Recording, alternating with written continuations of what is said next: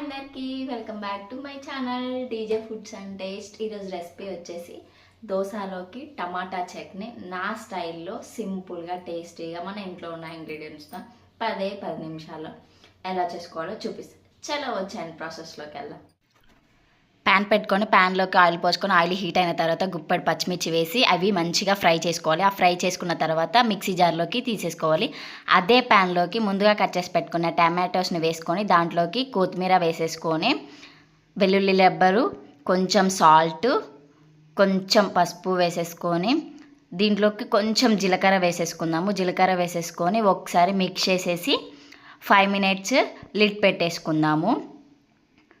5 minutes తర్వాత చూసారా ఎంత సాఫ్ట్గా కుక్ అయ్యాయి. ఇప్పుడు ఒక మిక్సీ జార్లోకి తీసేసుకుందాము.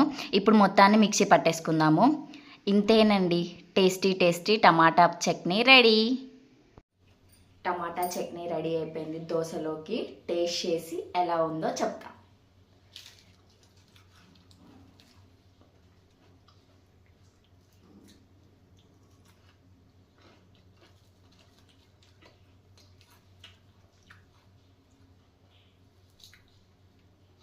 టమాటా చట్నీ అయితే చాలా బాగా వచ్చింది.